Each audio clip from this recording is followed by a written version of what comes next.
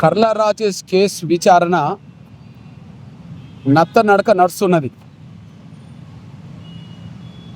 Case విచారణ జాప్యం చేయడం ద్వారా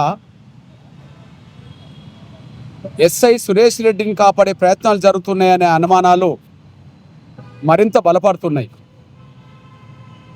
ఈ నేపథ్యంలో ఈరోజు గౌరవ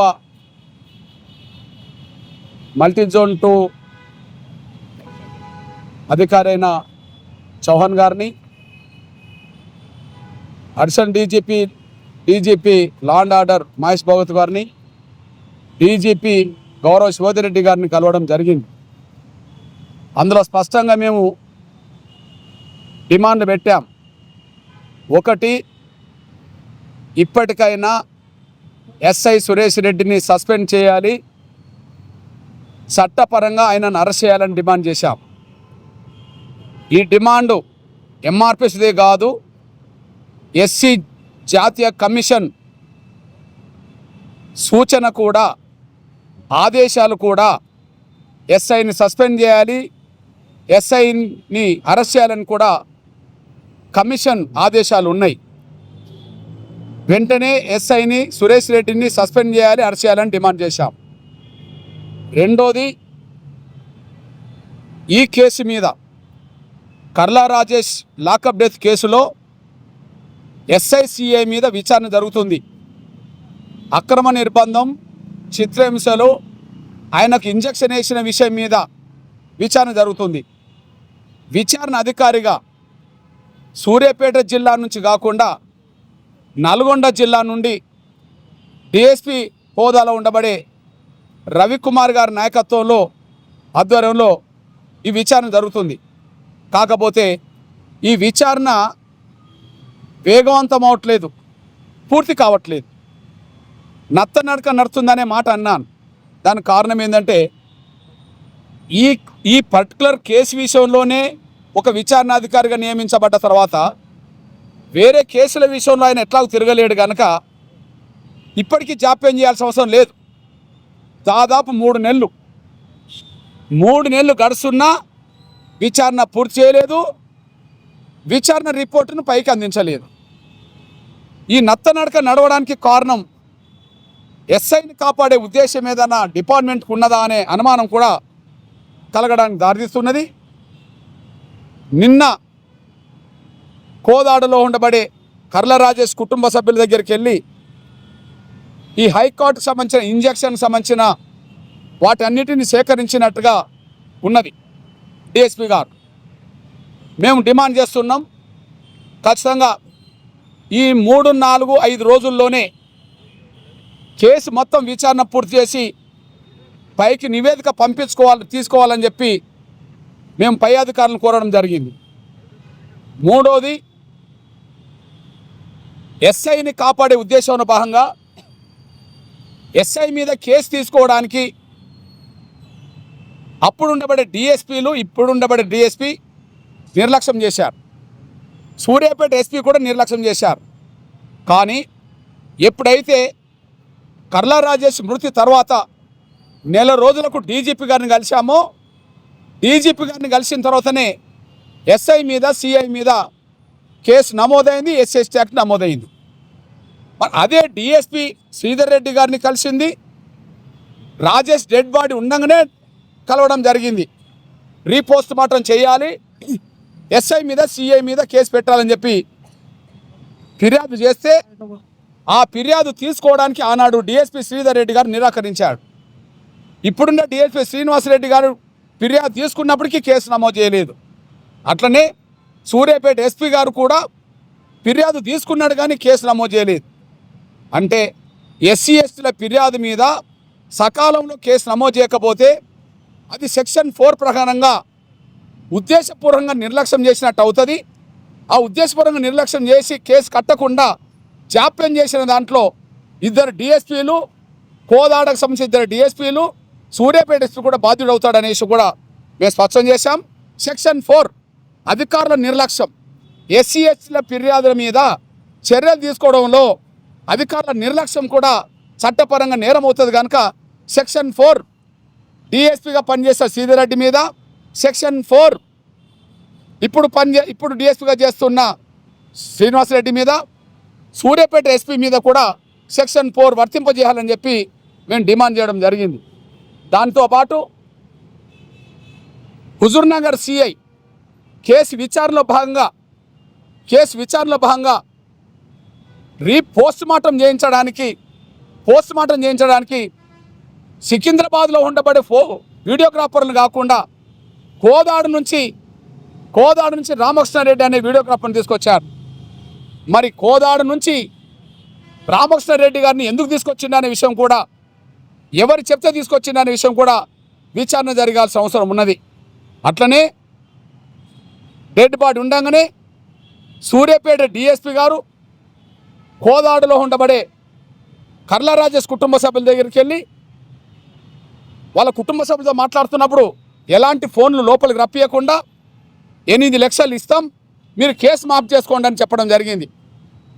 కోదాడులో జరిగిన ఈ కేసుకు సూర్యాపేట డిఎస్పీ వెళ్ళి ఎందుకు 8 లక్షలు ఇస్తానన్నాడో, ఆయనను 8 లక్షలు ఇచ్చి కేసు మాఫ్ చేయమని చెప్పి ఎవరైనాను పురిగొల్పారో అది కూడా బయటపడాల్సిన అవసరం ఉన్నది. అదే సమయంలో పోస్ట్ మార్టం గాంధీ ఆసుపత్రిలో చేస్తున్నప్పుడు డాక్టర్ సురాజు ఆ రోజు డ్యూటీ అవుతే, సురాజుతో కాకుండా ఆ రోజు లక్ష్మీకాంత్ రెడ్డి అనే డాక్టర్ తీసుకొచ్చి డ్యూటీలో లేని డాక్టర్తో ఎలా పోస్ట్ మార్టం చేయించారో అది కూడా ఖచ్చితంగా విచారణ పరిధిలోకి తీసుకోమని చెప్పి మేము డిమాండ్ చేయడం జరిగింది. అన్నిటి మీద ఐజీ గారు మాట్లాడుతూ, ఎవరైతే చౌహాన్ గారు మాట్లాడుతూ ఖచ్చితంగా ఒక 3-4 రోజుల్లో మేము రిపోర్ట్ తెప్పించుకుంటాం, తదుపరి చర్యలు రిపోర్ట్కి అనుగుణంగా తీసుకుంటామని చెప్పి చెప్పడం జరిగింది. అట్లనే నేను డీజీపీ గారిని కూడా కలిశాను. డీజీపీ గారికి ఒక అప్పీల్ చేశాం. ఎస్ఐ చేయని నేరము సిఐ ఎలా చేసిండు, దీనికి కారకుడు ఎస్ఐ, అక్రమ నిర్బంధం తీసుకున్నది ఎస్ఐ, చిత్రాంశాలు పెట్టింది ఎస్ఐ, ఇంజక్షన్ వేయించింది ఎస్ఐ సురేష్ రెడ్డిని ఎందుకు సస్పెండ్ చేయలేదు, సిఐని ఎందుకు సస్పెండ్ చేశారు అని కూడా అడగడం జరిగింది. మరి డీజీపీ గారు ఎందుకు అడిగిండో, సిఐది ఏ సామాజిక వర్గం అని కూడా అడిగిండు. ఆయన బీసీ పెరిక సామాజిక వర్గం అని నాకు తెలిసిందని నేను చెప్పడం జరిగింది. ఎస్ఐని కాపాడుకున్నంత వరకు, ఎస్ఐని సస్పెండ్ చేయనంత వరకు ఒక బీసీసీఐ ఏ నేరం చేసి నన్ను సస్పెండ్ చేశారు, అసలు కారకుడైన ఎస్ఐని సస్పెండ్ చేయకపోవడానికి కారణం ఏందని చెప్పి ఎస్సీ ఎస్టీ బీసీ పోలీస్ అధికారులు బలమైన చర్చ ఆవేదన ఉన్నదనే విషయం ఆయన దృష్టికి తీసుకురావడం జరిగింది. నాకు ఈ విషయం తెలియదు, ఆయన బీసీ అని ఈయన ఓసీ అని నాకు ఈ విషయం తెలియదని మాత్రం డీజీపీ గారు చెప్పడం జరిగింది. పోనీ నీకు ఇంతకుముందు తెలియకపోయినా ఇప్పుడు నేను చెప్తున్నాను, ఫలాని మరియమ్మ కేసులో ఎస్ఐని మాత్రమే సస్పెండ్ చేశారు, కానీ ఇక్కడ ఎస్ఐని మాత్రం ఇప్పటివరకు కాపాడుకుంటూ వస్తున్నారు. ఇక్కడ సిఐని చేశారు, అక్కడ సిఐని సస్పెండ్ చేయలేదు, ఆడ ఎస్ఐని చేశారు. కానీ ఇక్కడ సిఐని సస్పెండ్ చేశారు, ఇక్కడ ఎస్ఐని చేయలేదు. ఇక్కడ ఖచ్చితంగా కులం కోణం కనిపిస్తుందని చెప్పి కూడా నేను అనంటే, మేము ఆ విషయాన్ని కులం అనేది ఖచ్చితంగా పట్టించుకోము. ఈ రిపోర్ట్ వచ్చిన వెంటనే తదుపరి చర్యలు తప్పకుండా తీసుకుంటామని చెప్పి డీజీపీ గారు చెప్పడం జరిగింది. 3-4 రోజుల్లో ఖచ్చితంగా చర్య తీసుకోవాలని చెప్పి మేము కోరి బయటికి రావడం జరిగింది. ఏది ఏమైనా కేసులో విచారణ జాప్యాన్ని నివారించాలి, ఎస్ఐ మీద శాఖపరమైన చట్టమైన చర్యలు తీసుకోవాలి. అదే సమయంలో సెక్షన్ 4 ఎస్సీ ఎస్టీ యాక్ట్ పరిధిలోని సెక్షన్ 4 అధికారుల నిర్లక్ష్యం, ఎస్సీ ఎస్టీ ఫిర్యాదుల మీద అధికారుల నిర్లక్ష్యం సంబంధించిన కేసు విషయంలో 2 డిఎస్పీలు ఒక ఎస్పీ మీద ఖచ్చితంగా సెక్షన్ 4 వర్తింపజేయాలని చెప్పి, మిగిలిన డిమాండ్లు కూడా వర్తింపజేయాలని చెప్పి కోరి రావడం జరిగింది.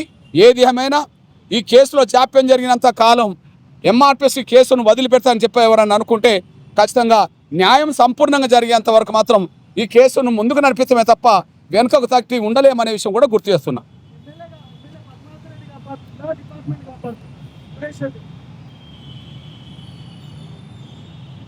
పోలీస్ డిపార్ట్మెంట్లో 2 వాదనలు ఉన్నాయి. నాకు అనగాన వర్గాల పోలీస్ డిపార్ట్మెంట్ అధికారులు కూడా నాకు కాంటాక్ట్లు ఉంటారు, పేద వర్గాల బిడ్డలు కాబట్టి. అన్న, మనల్ని కాపాడేటోళ్ళు పైన ఎవరు లేరు కాబట్టి మేము మనల్ని సస్పెండ్ చేస్తాను, వాళ్ళని కాపాడేటోళ్ళు ఉన్నారు కాబట్టి కాపాడుకుంటాను. ఎమ్మెల్యే కూడా దానికి కారణమే, పద్మావతి రెడ్డి కారణమే, ఉత్తమ్ కుమార్ రెడ్డి గారు కూడా కారణమే, రాజకీయంగా వాళ్ళు పలుకుబడి ఉన్నది కాబట్టి కాపాడుకుంటారు వాళ్ళ సామాజిక వర్గం అని చెప్పి ఆ చర్చ కూడా ఉన్నది. నేను అంటున్నా కులం కోణంలో రాజకీయ అధికారంలో ఉన్న వాళ్ళు కారణమే, కులం కోణంలో డిపార్ట్మెంట్ ఉన్న అధికారులు కూడా కారణమే అవుతారు. సస్పెండ్ చేయకపోతే డీజీపీ కూడా అవుతాడు కదా. నేను అంటున్నా సస్పెండ్ చేయకపోతే ఎవరు అవుతారు? ఇప్పుడు డీజీపీ నోటీసులో పెట్టాం కదా. సీఐ ఎట్లా సస్పెండ్ అయ్యిండు? డీజీపీ తెలియకుండా సీఐ ఎట్లా సస్పెండ్ అయ్యిండు? ఎస్ఐ ఎందుకు సస్పెండ్ కాలేకుండా పోయిండు? ఎస్ఐ చేయండి నేరం సీఐ ఎట్లా చేసిండు? ఎస్ఐ ప్రధాన బాధ్యుడు. నేను అంటున్నా A1 A2 కూడా నాతో కాంటాక్ట్లు ఉంటారు ఈ కేసులో. అన్న మమ్మల్ని ఎస్ఐ అక్రమ నిర్బంధం పెట్టిండు, మమ్మల్ని ఎస్ఐ చిత్రహింసలు పెట్టిండు, సిఐ ఒకనాడు వచ్చి గట్టిగా మాట్లాడిపోయిండు కానీ మా మీద చేయి కూడా చేసుకోలేదు. అరే చిన్న చిన్న దాంట్లో ఎందుకు ఇట్లా ఇరికిపోతారని చెప్పి ఆయన మమ్మల్ని కొంత కన్విన్స్ చేసే విధంగా, చైతన్యం చేసే విధంగా మాట్లాడిండు కానీ మమ్మల్ని మీద చేసుకోలేదు. 3rd డిగ్రీ చేసిండు, కొంతమంది పోలీసులను తీసుకొచ్చిండు, అర్ధరాత్రులు పుట్ట పెట్టి కొట్టేసిండు, ఓకే కింద నేల మీద పడుకోబెట్టి కొట్టేసిండు, కాళ్ళు పైకి తీసుకొచ్చి కొట్టేసిండు అని చెప్పి మాకు వాళ్ళు కూడా చెప్తుండ్రు. ఇది విచారణ కూడా తెలుస్తుంది కదా. అందువల్ల ఎస్ఐ 199% రాజేష్ మరణానికి కారకుడు ఎస్ఐ మాత్రం సస్పెండ్ కావాలి, సిఐ మాత్రం సస్పెండ్ అవుతాడు. కేవలం అక్కడ లాకప్ లేదు, చిలుకూరులో లాకప్ లేదు, సిఐ రూరల్ స్టేషన్లో లాకప్ ఉన్నది, వాళ్ళని తీసుకొచ్చి ఇక్కడ కొట్టడం జరిగింది. కేవలం తీసుకురావడం ఎందుకు తీసుకొచ్చింది అడగడంలో లోపం ఉన్నదేమో కానీ కొట్టింది మాత్రం తీసుకొచ్చింది మాత్రం ఎస్ఐని మాత్రం కాపాడుకుంటున్నది వ్యవస్థ అనే విషయం అర్థమవుతుంది. Right, thank you.